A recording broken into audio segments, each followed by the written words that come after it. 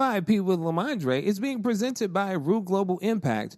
Root Global Impact is a multifaceted disability inclusion firm that amplifies your impact and creates inclusion leaders. For more information about Root Global Impact, go to rootglobal.com. That's RUHglobal.com. Typically, when we think of the atrocity of slavery, we think of something that happened years past. It's not something that comes up in the conversation as a current issue. Well, the truth is, there are millions of people who are being bought and sold around the world, even right here in the United States. And that's what we're going to talk about today on 5P with LaMondre, specifically the scourge of sex trafficking. We're going to have some tips for you on how to spot this, and we're going to talk about some ways that we can stop this horrible practice. Let's go. Welcome to 5P with LaMondre, the podcast that's all about the 5 Ps: people, planet, prosperity, peace, and partnership. If you're looking to be encouraged, inspired, and challenged, then this is the podcast for you. Here's your host, LaMondre.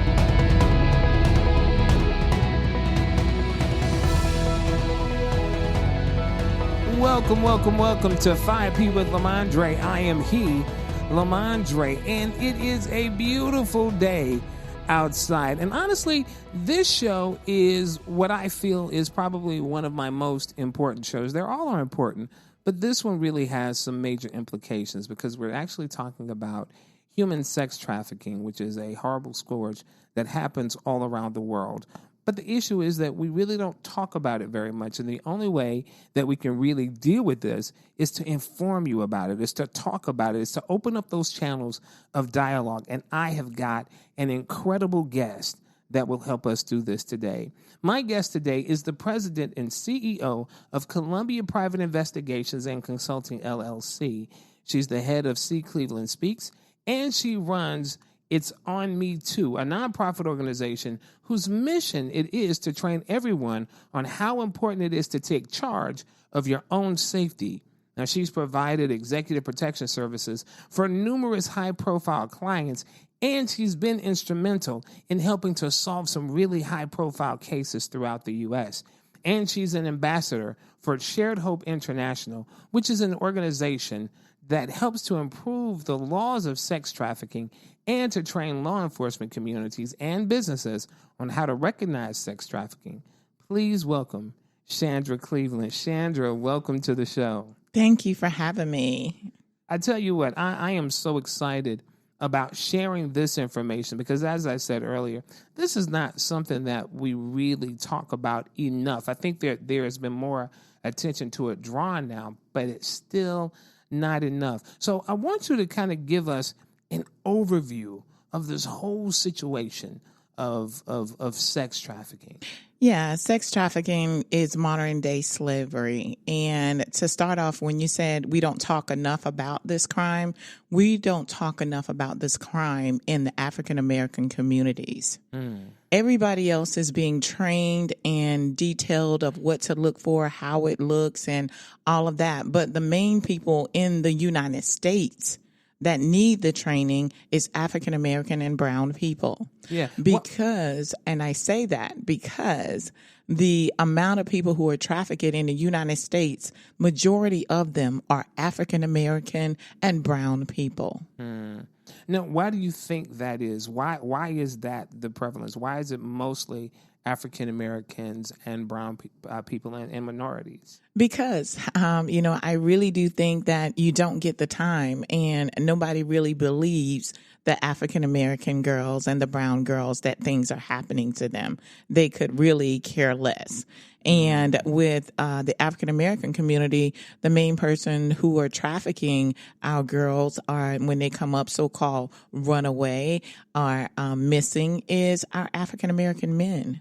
And that's so true because you see it all the time on social media. You see parents and families posting warnings of this child is missing or this young person is missing. And you know what, LaMondre? You never see it in the news. You never see it in the news. And that's one of the big topics, the biggest elephant in the room, for missing and exploited children. They are fighting that same battle, saying, why aren't these black girls or brown girls on the news when they are missing?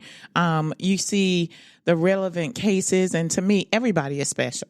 Everybody is special. Absolutely. But when it comes to the point where one is being predominantly taken advantage of or not being missing, I want to be that voice. And that's why I make myself that voice in order to educate the African American community from someone who looks like them and someone who walks through their neighborhoods and know what it really looks like, to tell them to be aware of it. So, you know, it's always been my mission to make everybody safe within their space. It's not up to law enforcement. It's not up to your job. It's not up to the school districts. It's on you too. And the It's on you too stands for the whole entire family. We have just as much crime going on and sex trafficking in a corporation than we do on the streets. So you have to know how to notify that. We have some different things that occurred that you've seen approximately 2.5 years ago with a sorority that was having girls being pimped out the whole time in Atlanta. And all of that was a takedown. But if you don't know what it looked like, you find yourself in the middle of it.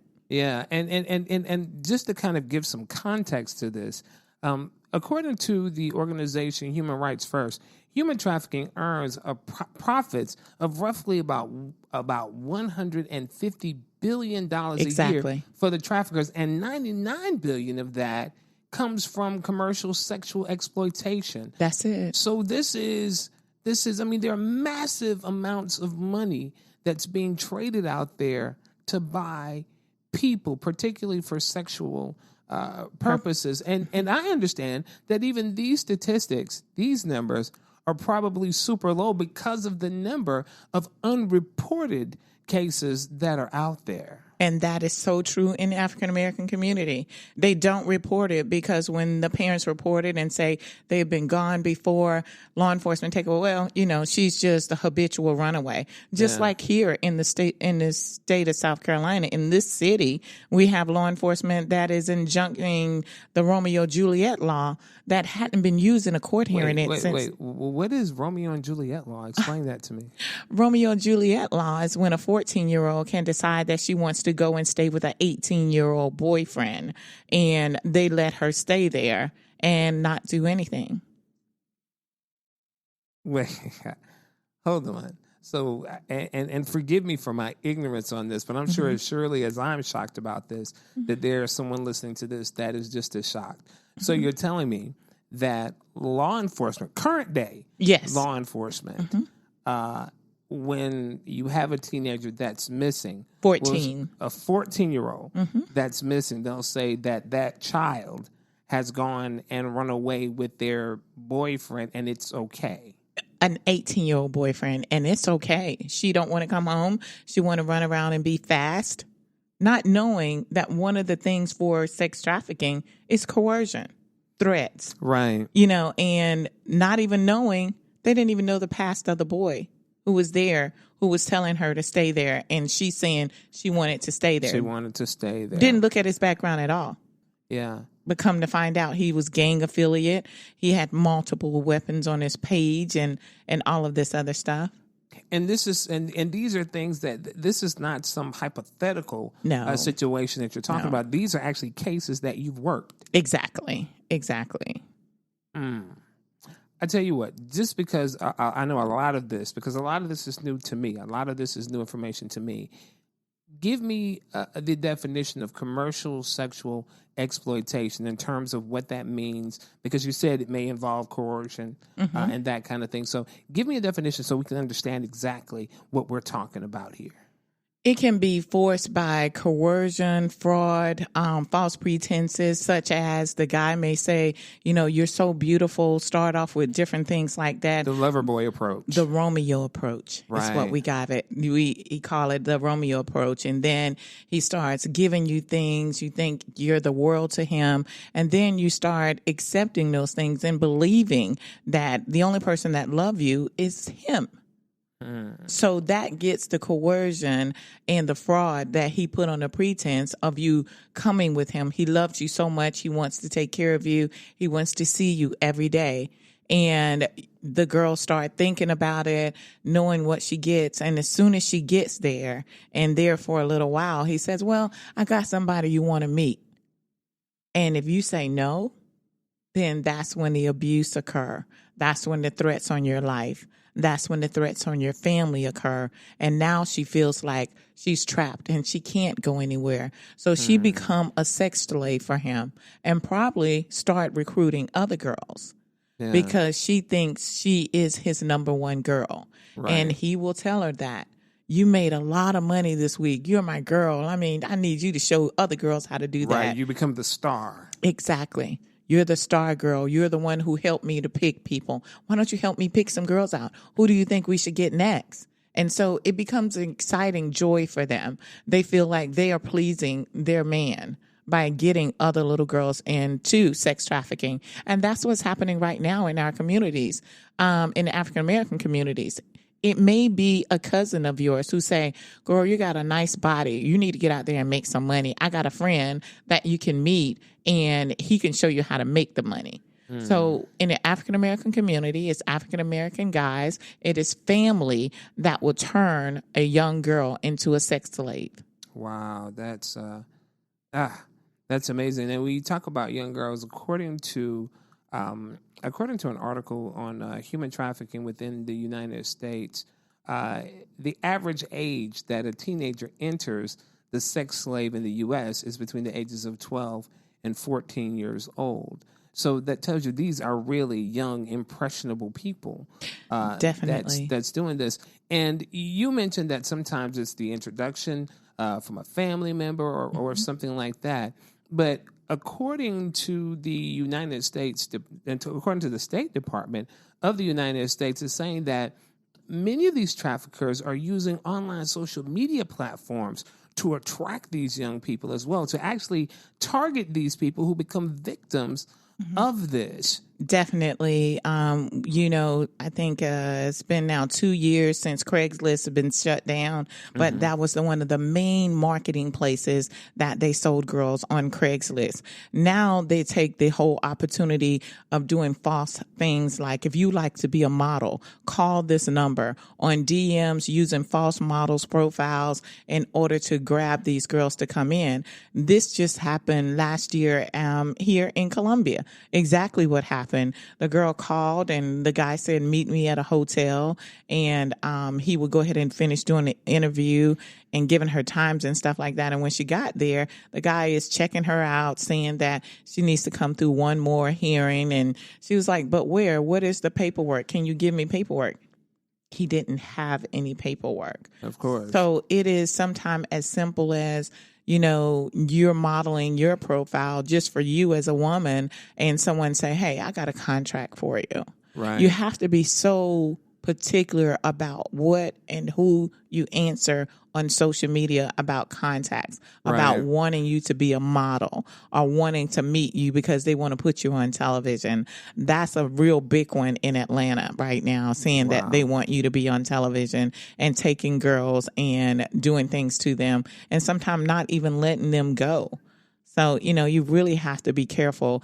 The mix up and how things look, some people say, oh, it looks like a crazy guy who come. No. Right. No. They could be a well-dressed man and have you all caught up. And especially that is the cases, the 7 cases I've been involved in Atlanta. Right. The guys were very well-to-do. And my friend was just saying she lives in a great neighborhood. And she was like, wow, I would never see sex trafficking.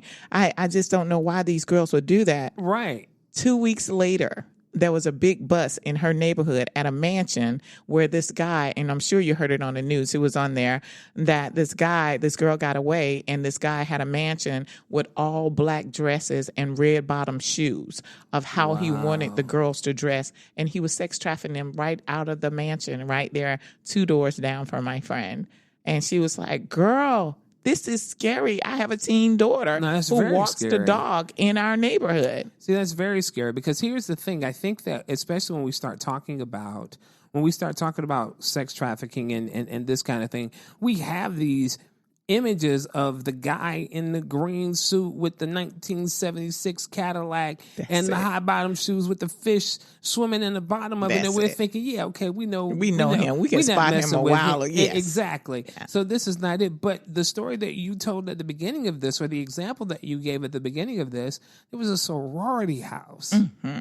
So wait a minute. These are college educated women that's being exploited by other college educated people to be involved in this. Mm-hmm. And so we can't just think of it as, and forgive my French, but this is what it's called, pimps and hoes. That's it. It's not just that. That is not just it. We're talking about, your high quality escorts. That's it. We're talking about your entertainers. Yes. And some girls will sit there and talk to you and say, oh no, I'm not being sex trafficking. I make money.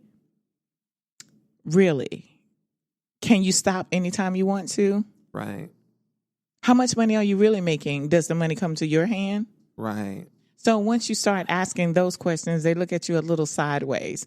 There was a whole college in North Carolina that had girls who were supposed to be the cheerleaders, and they were being exploited. Wow. And I got involved in that case because this was a heredity of mother and daughter going to the same college.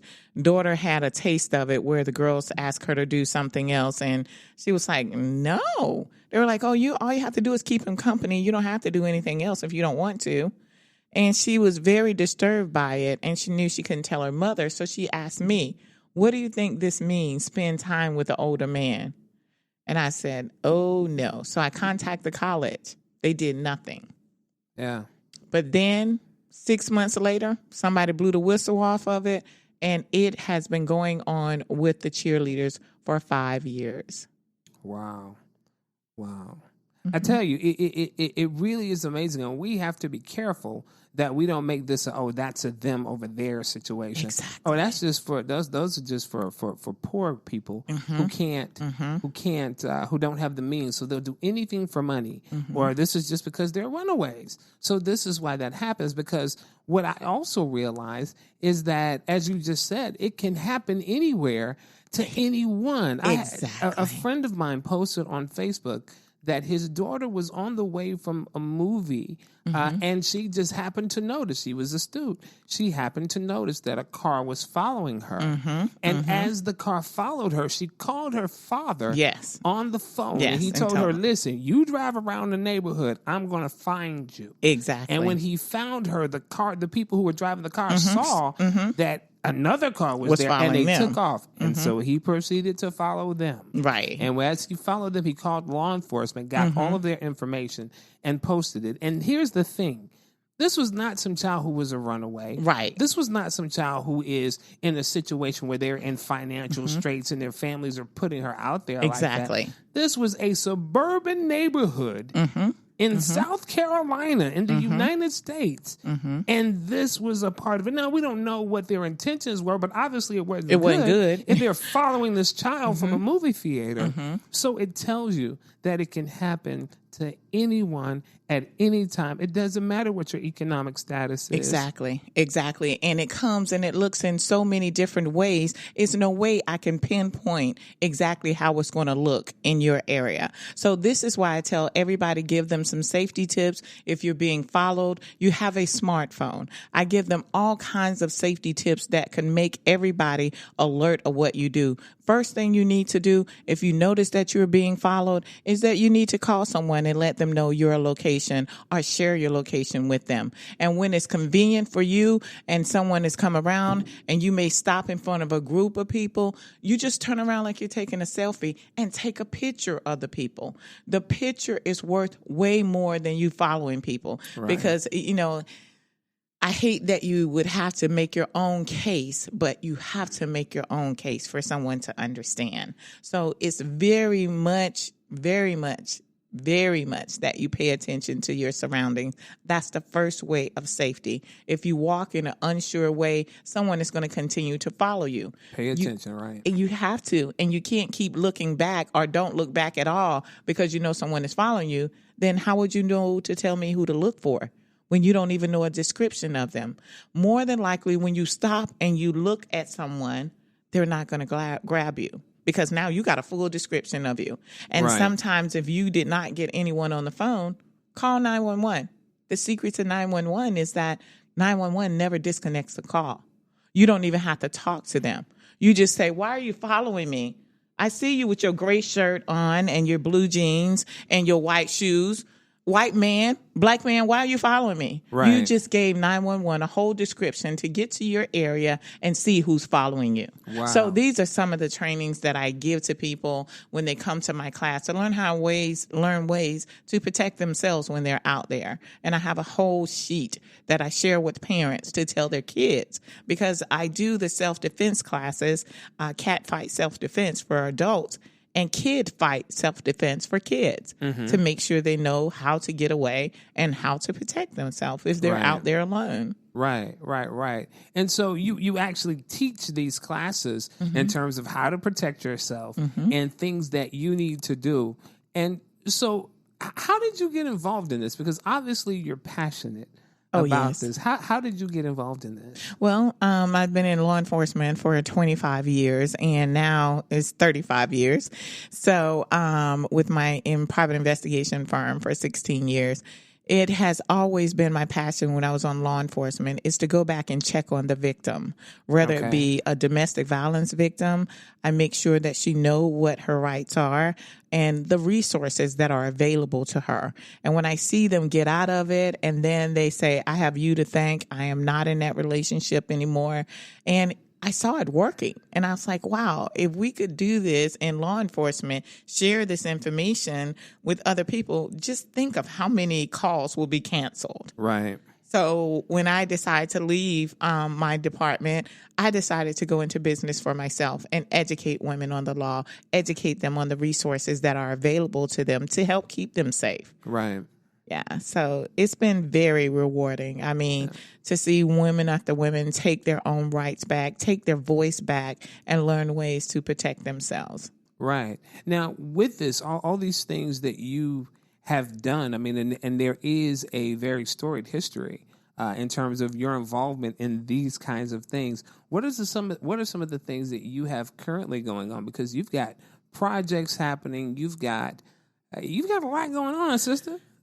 Yes, it is a lot going on. I will be going to Atlanta next week to film a TV show.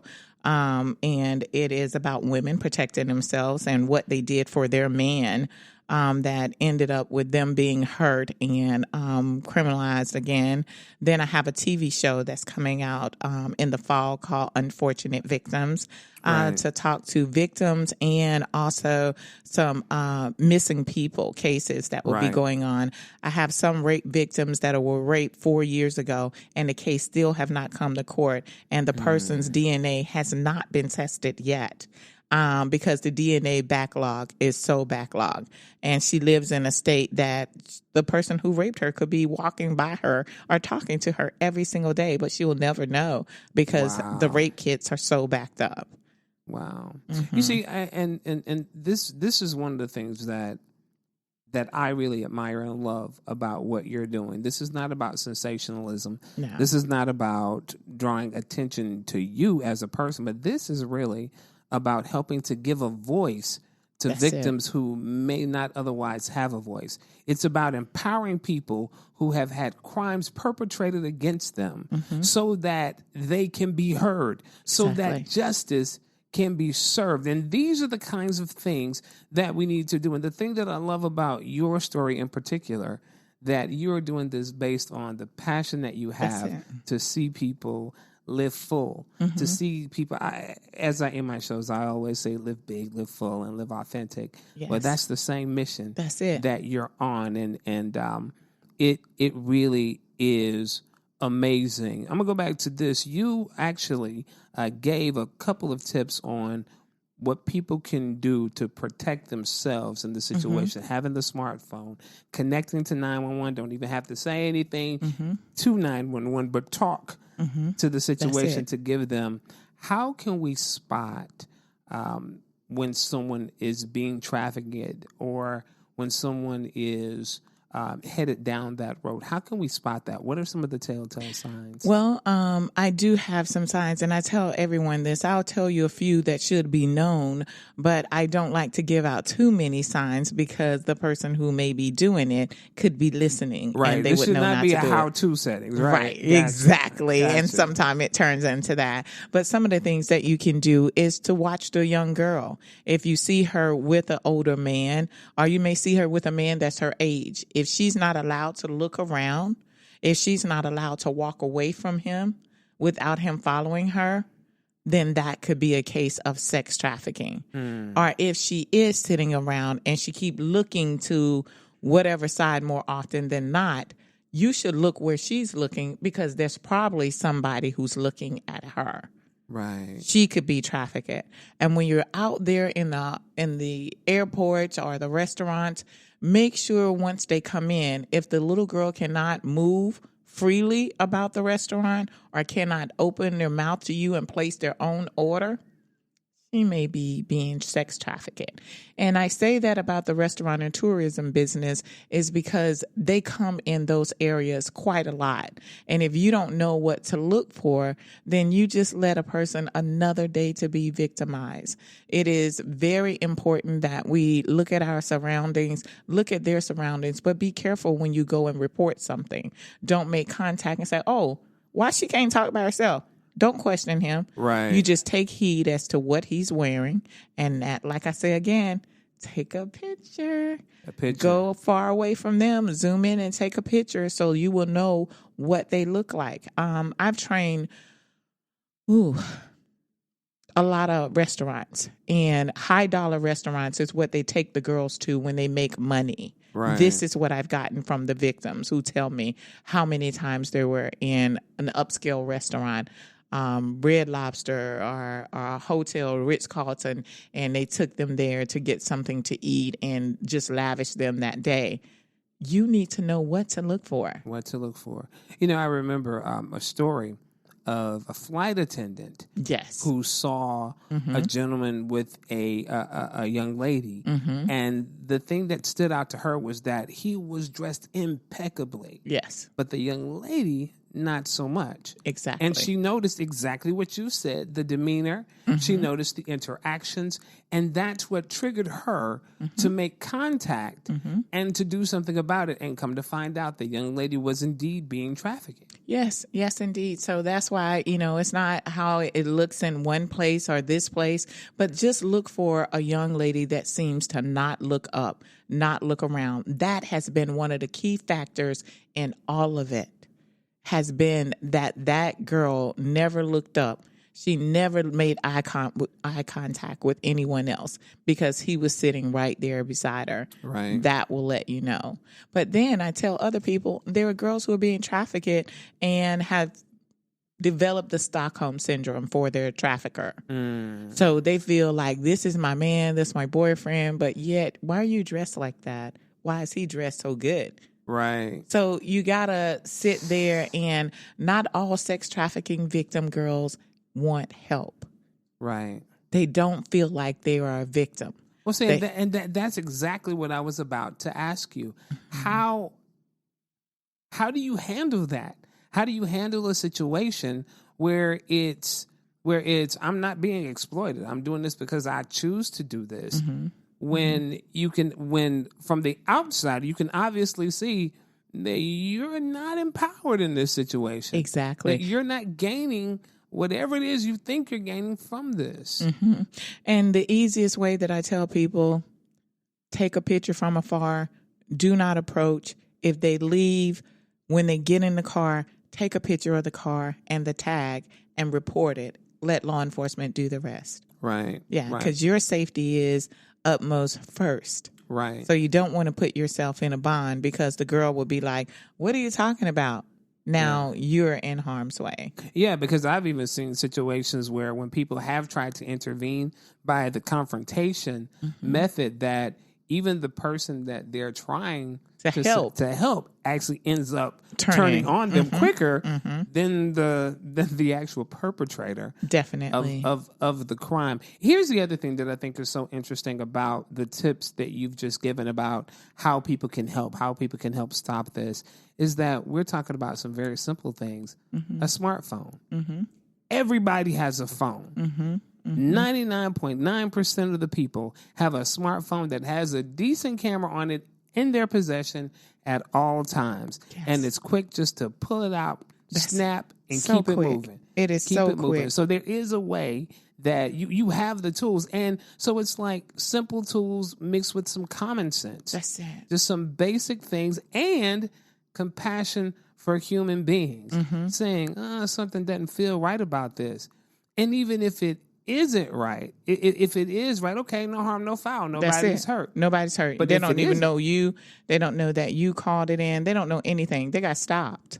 Right. So they can't come after you. And I'm not just saying this about young girls, women, period. We are the number one suspect of being victimized in this United States. Right. All over the United States, the woman is the most victimized. And actually, that statistic is true throughout the world. It is. That's what I said, throughout the world. And so I give safety tips about walking alone, about parking in different areas, about exiting shopping centers, what you should do when you're exiting there.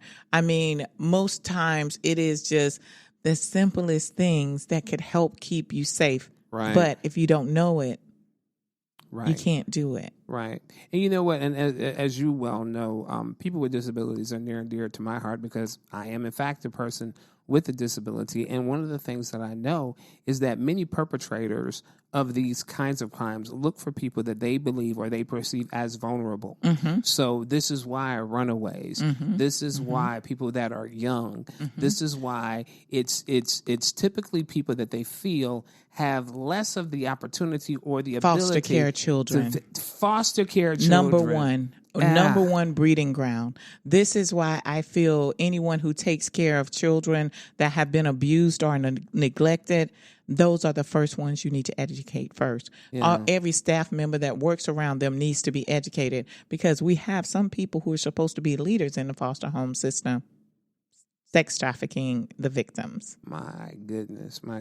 And handicapped people, it is like the saying in the most deplorable way that you can think of someone who is not able to defend for themselves, have other people coming in who works in the establishment or come to visit an establishment, having sex with them and leaving. This person can't move. This person can't talk. They can't tell anything. Yeah. And some of those things, I mean, you've seen where the worker was supposed to be taking care of someone and now she's pregnant. How did she get pregnant? How did that happen? Right. Yeah. Right. So, you know, it is this people with disabilities, they have to be educated as well. Absolutely. It seems like everybody is skipping and educating the ones that they want to educate. This education is for all, and especially the most vulnerable ones that we need to make sure they know. Regardless of where you work, it could be your boss and another secretary that is being abused because they're used to power, the power that they have. Right. So it's never a time that you can say, oh, I'm looking for little girls who are going to be the victim. No, look at your own circle. Right. You know what? Just to give you an example of that, because I've also been working with victims of domestic violence and also people who have, particularly people with disabilities, though. And I remember about 5-6 years ago, maybe, I was at a conference in Myrtle Beach, and there was a speaker before me, and the speaker was talking about how there was a rape allegation that went on, and the victim in this situation was someone who was a quadriplegic. And this is what the investigating officer asked this lady. Well, how did you know you were raped? And what do you mean, how did she know she was raped? Now, she's a quadriplegic, but she's fully conscious and she can speak. She can do all of these things. She's not incapacitated in any way mentally. Right. He was like, but you couldn't feel it.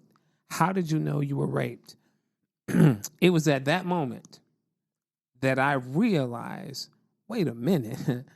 Not only was this woman raped, but now she's being victimized again. Over and over again. Someone who is charged with protecting and serving. Mm-hmm. Mm-hmm. And so law enforcement really has to become educated on how to work with people who may not fit the typical profile of what your training has been. However, they're still humans. Exactly. They're still people who have value. And I love what you said about this being for everyone, that we all need this education, that is not just about protecting Miss Susie Flowers. Yes.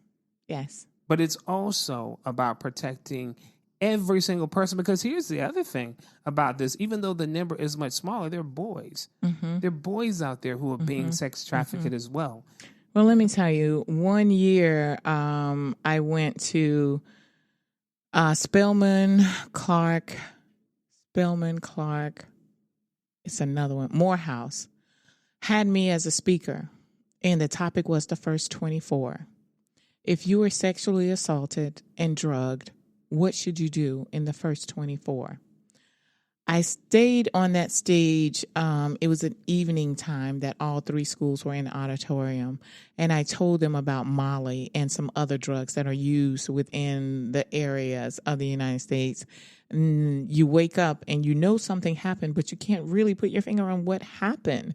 So you can't tell anyone, but you know you were sexually assaulted but you don't know who it was. Right. So you sit there and you have these things. Once you have taken or have been given some type of drug, you have these things called daymares that it replays in your mind. You can see it, but you still can't say who this is, or you can remember the action and you don't know who that person is. So you live your life in college of not telling.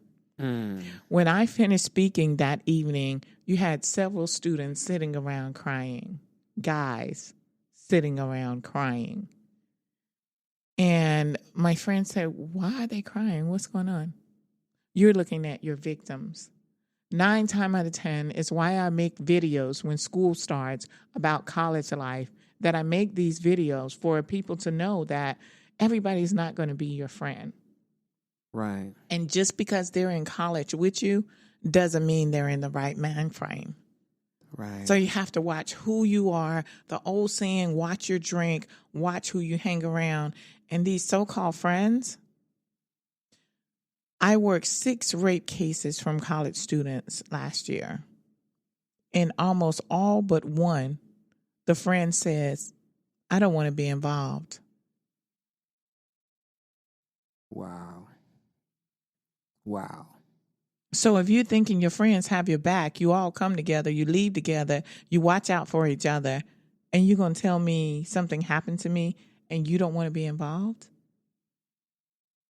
It's a good thing that I say social media exists sometime, because if something involved happened, more than likely young people are always going to post it on social media. Right. They're going to post it. And I get on there. I'm a certified hacker.